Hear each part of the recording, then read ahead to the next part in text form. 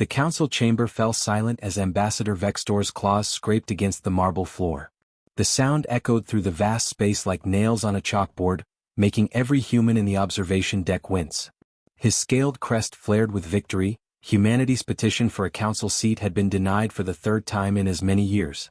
Captain Kate Morgan stood motionless in the observation deck, her jaw set and her hands gripped tight on the railing.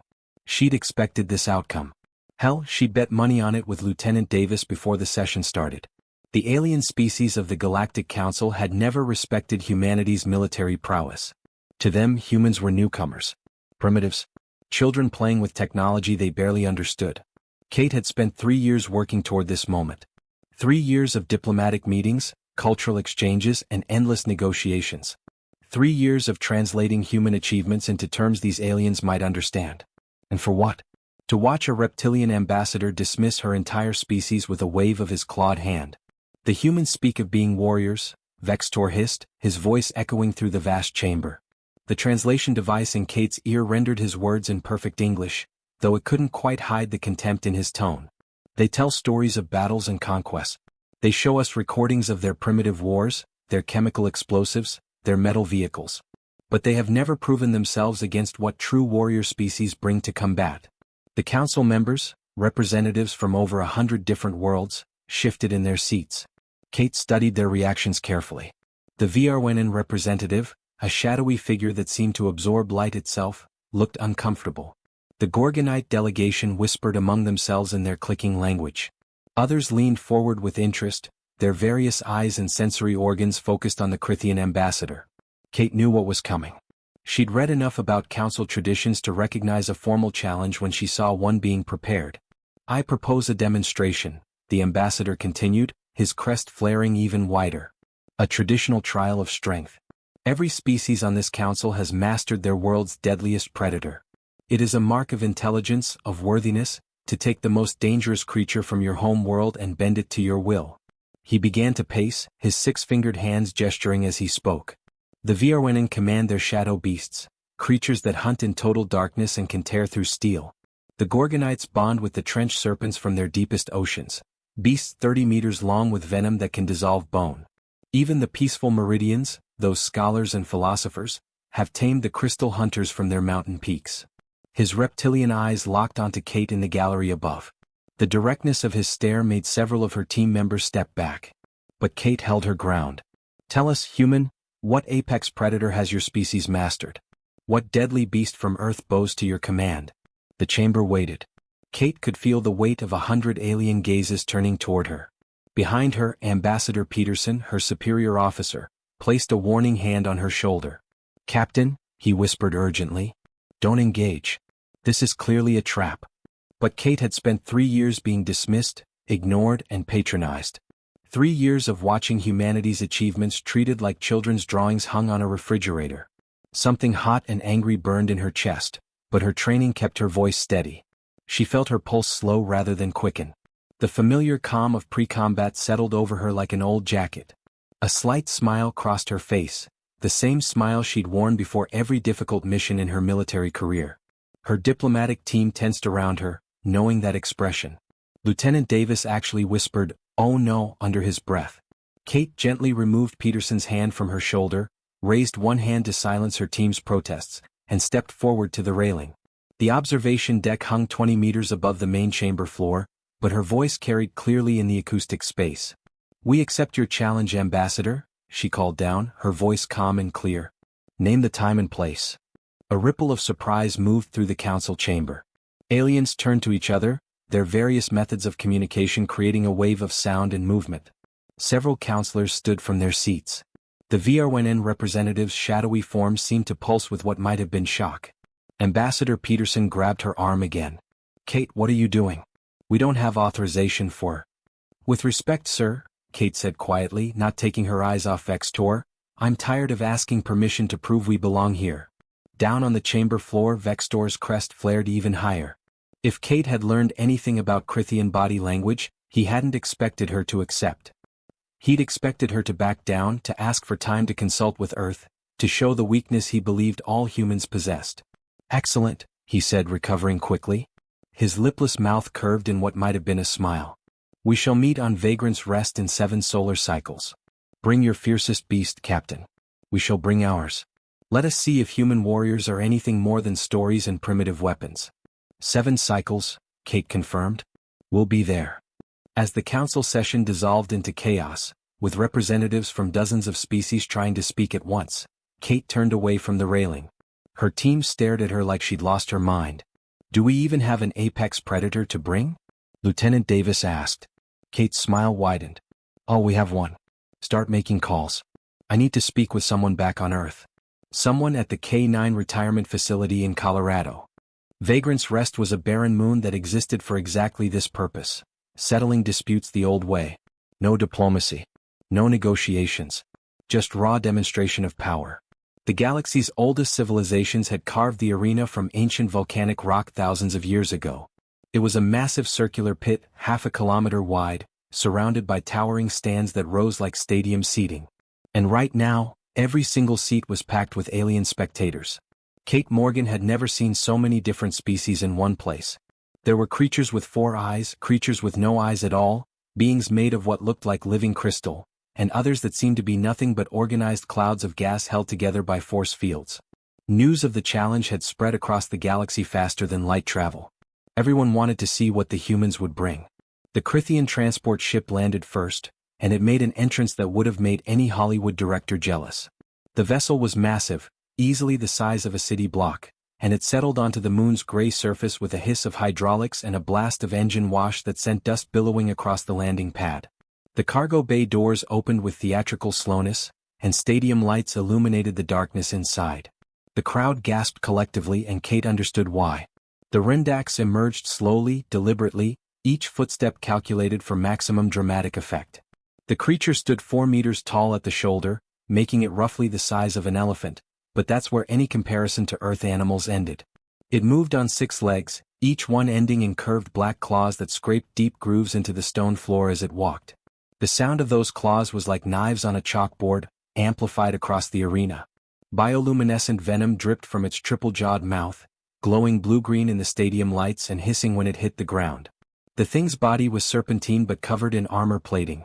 Not armor that someone had put on it, but natural bone that had been surgically fused with technological enhancements. Metallic ridges ran along its spine. Its eyes glowed red with what looked like targeting systems built directly into its skull. Kate watched from the human landing zone, her stomach tight. This was a creature that had been bred for 10,000 years to be the perfect war machine. The Crithians had taken a natural predator from their home world and spent millennia refining it, generation after generation, until they'd created something that nightmares would have nightmares about. It was intelligent enough to follow complex battle commands but savage enough to tear through starship hulls with those claws. The Rendax roared, and the sound vibrated through Kate's chest even at this distance. It was a challenge, a warning, and a promise of violence all rolled into one. Even the Crithian handler, dressed in full ceremonial armor that looked like it could stop tank rounds, kept a respectful distance from his own beast. He held a control device that probably delivered shocks or commands directly to the creature's brain. A Rendax, Kate had learned from her research, was never truly tamed. It was only barely controlled, kept in check by pain and conditioning and the constant threat of punishment. The crowd was going wild. Aliens were cheering, clicking, humming, and making whatever sounds their species used to show excitement. Some were taking recordings. Others were placing bets. Kate could see the odds displaying on various screens around the arena, and they weren't in humanity's favor. 3 days later, 3 very long days during which Kate had to listen to constant questions from reporters and deal with second-guessing from Earth Command, the human transport descended. It was painfully obvious how different the 2 vessels were. Where the Crithian ship had been gleaming and massive, the human transport was small and practical. It was old, scarred from dozens of atmospheric entries, with patched hull plates and mismatched paint. It looked like the interstellar equivalent of a beat-up pickup truck. Nothing like the gleaming Crithian war vessel. The crowd's cheering died down to confused murmuring. This was what humanity brought? This rust bucket? Kate walked down the ramp alone. No dramatic music. No special effects. No parade of handlers. She wore simple military combat fatigues, the same ones she'd worn on a dozen different planets during her service. No powered armor. No visible weapons. No team following behind her with control devices and safety equipment. Just her, a small backpack and what looked like a standard military canteen clipped to her belt. The murmuring in the stands grew louder. "Where is your beast, human?" Ambassador Vextor called from the royal platform where the council members sat. His voice boomed across the arena through amplification systems. "Or have you come to surrender before we even begin?" Kate walked calmly to the center of the arena floor, her boots crunching on gravel and pulverized rock. She took her time, letting her eyes adjust to the harsh stadium lights. The Rendax watched her from across the arena, its red targeting eyes locked onto her, calculating, measuring. "She's inside the ship," Kate called back, her voice steady. "The journey was long. She needed some rest before we start." Vextor's crest rippled with amusement. Several council members actually laughed out loud. The sound echoed around the arena. Chirps, clicks, hisses, and sounds that human ears couldn't quite process. "Your apex predator needs rest?" Vextor said, playing to the crowd. "How terrifying." Kate smiled, and there was something in that smile that should have warned them. "She's 64 years old," she said matter-of-factly. "In human years. Just give her a minute to wake up from her nap." The confusion that swept through the alien spectators was almost physical. You could see it ripple through the stands like a wave. 64 years? Their translators had to be malfunctioning. Most predators barely survive 30 years in the wild, let alone in combat service. And the humans brought something that needed a nap? The betting odds on the screen shifted dramatically. Humanity's chances dropped to nearly zero. This had to be some kind of human joke. Or maybe humans were just insane. Kate set her backpack down and pulled out a collapsible water bowl. She opened her canteen and filled it, the water glinting in the stadium lights. The entire galaxy watched and waited to see what Earth's apex predator could possibly be. "Enough of this theater," Vextor snapped, his patience clearly exhausted. His crest flattened against his skull in irritation. "Present your creature now, or humanity's petition is permanently denied. You have wasted enough of the council's time." Kate checked her wrist device, tapped it twice, then nodded toward the transport ship. "All right. She's ready now." The rear cargo door opened with a mechanical whine that echoed across the arena. The sound of old hydraulics that had seen better days. Every eye in the stadium focused on that dark opening. Nothing emerged. The crowd waited. Seconds stretched into what felt like minutes. Tension built like a gathering storm before lightning strikes. You could feel the anticipation crackling in the air. Aliens in the stands leaned forward in their seats. Recording devices zoomed in on the open cargo bay. The Rendax sensed something. Its body went rigid, muscles coiling beneath its armored hide. It snarled, a sound like metal grinding against metal, and its three jaws snapped at empty air. The creature's red targeting eyes locked onto that dark opening. Whatever predator instincts the Crithians had bred into it were triggering. It knew something was coming. Then, moving with careful, measured steps, a creature appeared at the top of the ramp. Kate heard the confused murmuring start immediately. Translators around the arena were probably working overtime. The creature stood maybe waist-high to Kate, roughly 60 centimeters at the shoulder. Its fur was predominantly tan and black, but gray had crept in around the muzzle and ears. One ear stood up straight. The other was torn about halfway down, an old injury that had healed years ago. The creature descended the ramp with deliberate steps, favoring its left rear leg with a slight limp that spoke of old injuries and arthritis. When it reached the arena floor, it sat down calmly and casually scratched behind its remaining good ear with a hind paw. Then it yawned, showing teeth that were yellowed with age. The arena fell absolutely silent. It was the kind of silence that comes from thousands of beings simultaneously trying to process something that makes no sense. "That?" One of the Vrwinin counselors finally spoke, his shadowy form rippling with what might have been confusion. "That is your apex predator?" Kate walked over to the creature and scratched it behind the ears, right in the spot she knew it loved. Its tail thumped against the ground 3 times, kicking up small puffs of dust. "This is Maggie. She's a German shepherd. Retired military. She served 12 years in our exoplanet security forces before I took her home to live with me." The silence broke. The stands erupted with noise, laughter, clicking, chirping, sounds of disbelief in 100 different languages. Some aliens were standing up, pointing. Others were checking their translation devices, certain they'd malfunctioned. The betting odds on the screens went completely haywire. Vextor's crest went completely flat, not in fear, but in confusion that was rapidly transforming into rage.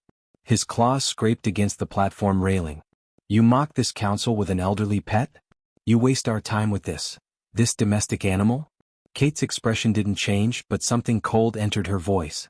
"She's not a pet," she said quietly, her hand still resting on Maggie's head. The old dog's eyes focused on Kate with absolute, unwavering attention. The kind of focus that comes from years of training and trust. "She's a soldier. She's cleared hostile structures on 7 different worlds, tracked fugitives across 4 different atmospheric compositions, and saved 19 lives in confirmed incidents. She's found hidden explosives that would have killed dozens. She's tracked missing people through territory where no human could survive. She's protected her squad through situations that would have broken lesser creatures. It's ancient." Vextor spat, gesturing wildly. "Crippled. Look at it. Can barely walk. The Rendax will tear it apart in seconds. Is this truly the best your species can offer?" Kate's smile was cold and dangerous. The same smile she'd worn before every successful mission in her career. "Then you have nothing to worry about, do you? Shall we begin?" She unclipped her canteen and poured water into a collapsible bowl she pulled from her backpack. Maggie drank deeply, making satisfied lapping sounds. When she finished, she walked over to a patch of shade cast by the arena wall, circled twice, an old habit, then lay down with a contented grunt. Her eyes half closed and her breathing slowed. To anyone watching, she looked like she was about to take an afternoon nap. The crowd's laughter grew louder. Some aliens were openly mocking the humans now. The Crithian delegation was practically celebrating, certain of their victory. Kate pulled out a small treat from her pocket, Maggie's favorite, and tossed it to her. The old dog caught it lazily and chewed slowly, tail wagging slightly. "Is your beast ready, Ambassador?" Kate called out across the arena, her voice carrying clearly. She sounded completely relaxed, almost bored. "Mine is waiting whenever you are." Vextor's roar of frustration echoed across the arena. "Handler, release the Rendax. Let us end this farce." The Crithian handler looked almost apologetic as he input commands into his control device. The Rendax's restraints disengaged with a metallic click. Kate didn't move from where she stood. She simply raised 2 fingers to her lips. In the shade, Maggie's eyes opened fully. The lazy, sleepy old dog vanished in an instant. What remained was something else entirely. Her ears came forward. Her body coiled. Every muscle tensed beneath her gray-streaked fur. Kate whistled. And the galaxy learned that it had made a terrible mistake. The Crithian handler released the Rendax's restraints with a sharp command in his native language. The war beast didn't hesitate. It surged forward instantly, and Kate felt the ground shake beneath her feet.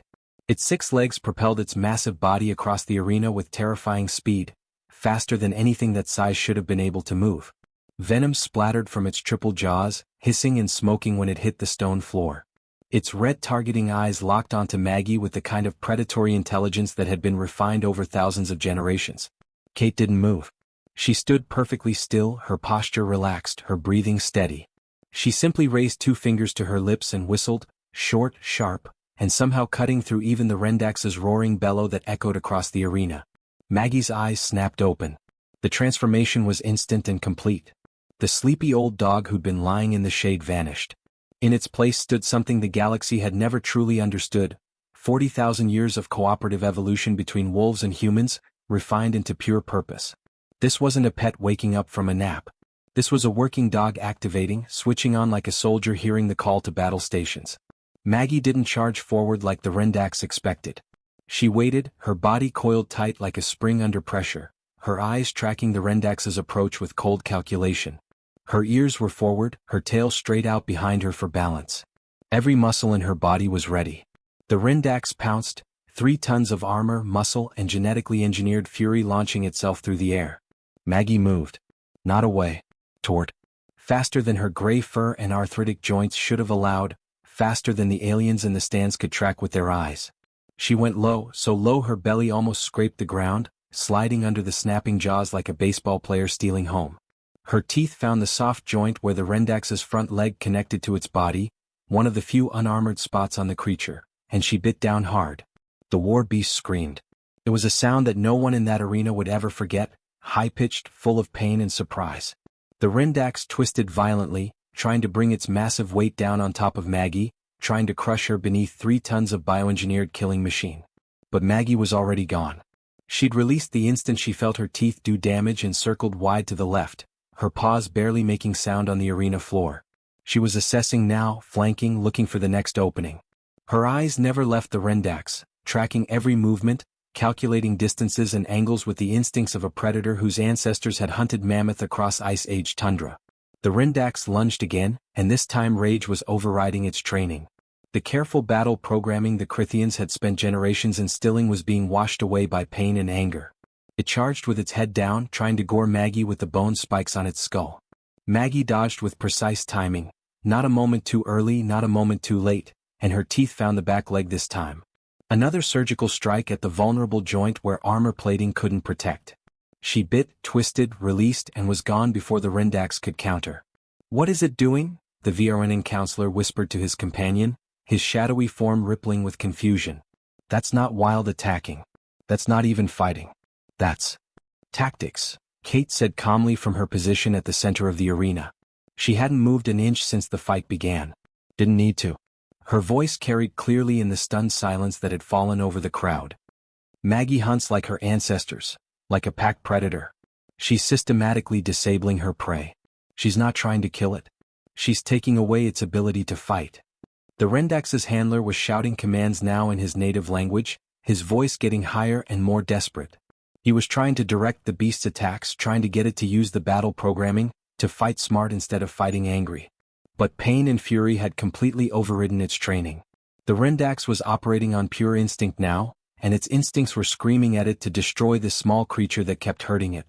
It charged again, but now it was favoring both wounded legs, moving noticeably slower. Venom dripped from its jaws, leaving a smoking trail on the arena floor. Its targeting systems were flickering. Maggie's attacks had damaged something. Maggie waited. Patient. Calculating.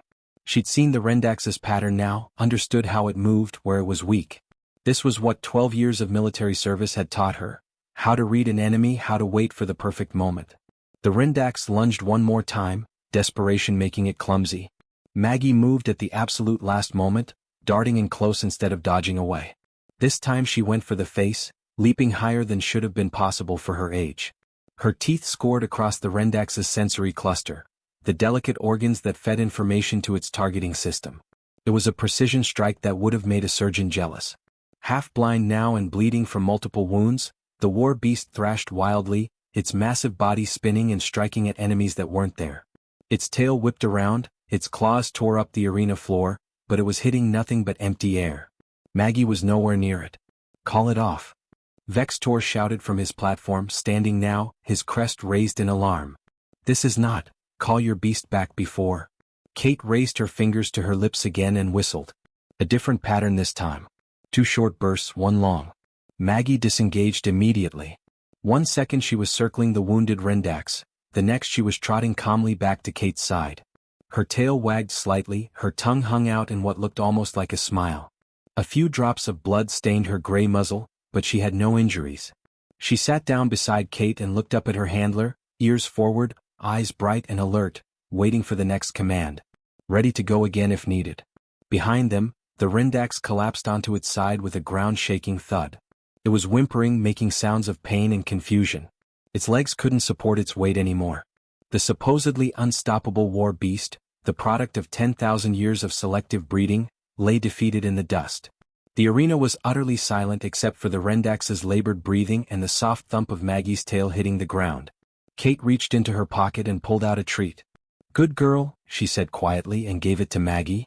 The old dog took it gently and chewed, completely relaxed as if she'd just finished a routine training exercise rather than defeating a war beast.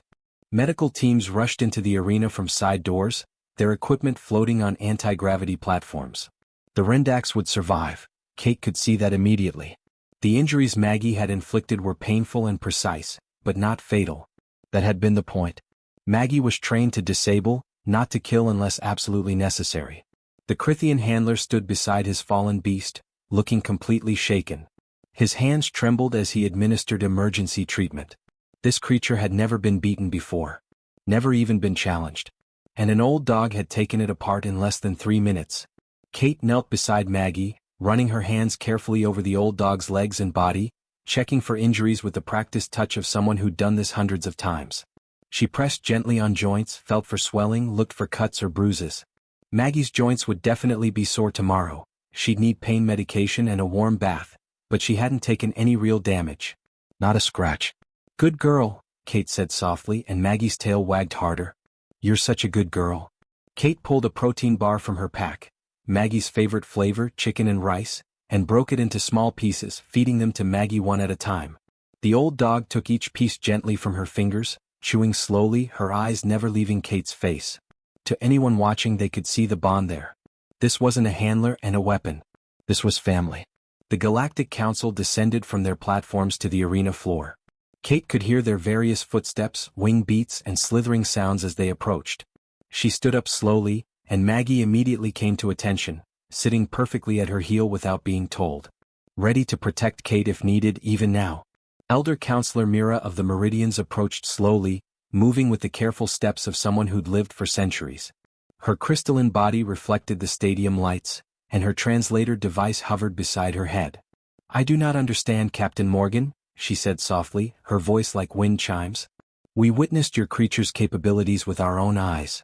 But it is old, small compared to the Rendax, and you said it was retired from service. She paused, her expression puzzled in a way that translated even across species. What was it like when it was young and in its prime? Kate stood straight, and Maggie remained seated at her heel, alert but relaxed. About the same, counselor. Just faster with better joints. German shepherds are bred for intelligence and endurance, not raw size or strength. Maggie will be competitive until the day she dies. That's just who she is. Competitive. Vextor had descended from his platform as well. His crest was completely flat against his skull in what Kate had learned was a Crithian sign of submission or defeat. That was not competition, Captain. That was systematic destruction. Your creature dismantled our war beast like it was nothing. Kate met his eyes directly. Ambassador, you asked what apex predator humans have mastered. The answer is, ourselves. Humans are Earth's apex predator. We're at the very top of our food chain. Everything else on our world either went extinct when we arrived, evolved to avoid us completely, or, in very rare cases, decided to join us instead of fighting us.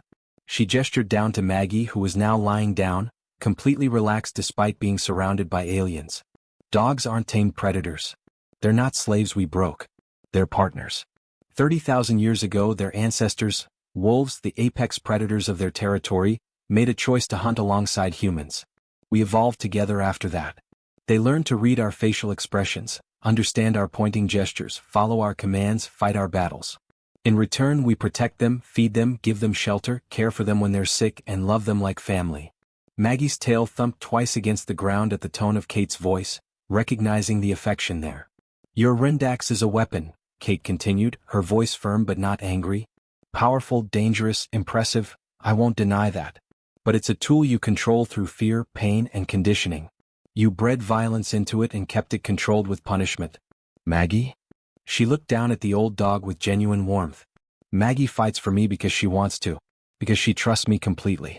Because 30,000 years of evolution taught her species that humans are worth following, worth protecting, worth dying for if necessary. Counselor Mira stepped closer, her ancient eyes studying Maggie with what looked like new respect and understanding. And Earth has more of these partners? 600 million of them, Kate confirmed. Different breeds for different jobs.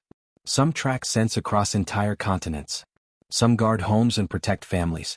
Some rescue people from collapsed buildings and avalanches and drowning. Some detect diseases by smell. Some, like Maggie, go to war alongside soldiers and come home with medals. She paused. And yes, we still have wolves, the wild ancestors. They hunt in coordinated packs and take down prey 10 times their size using teamwork and strategy. They're still out there, still wild, and we respect that. The Meridian's voice became very quiet. You didn't bring your most dangerous predator today. No, Kate agreed with a slight smile. I brought a 64-year-old retiree who enjoys afternoon naps and liver treats. Because she was more than enough to prove our point. Silence stretched across the arena like a held breath. Thousands of aliens processing what they'd witnessed. Finally, Vextor spoke, his voice formal and respectful. The vote will be reconvened within the cycle. Humanity's petition will be approved. You have proven your worth, Captain Morgan. Your species has earned their seat. Kate nodded once. Thank you, Ambassador. We look forward to working with the Council. She turned to leave, and Maggie rose stiffly to walk at her heel, limping slightly but with her head high and tail wagging. Then Kate paused and looked back over her shoulder at the assembled council members. Oh, an ambassador?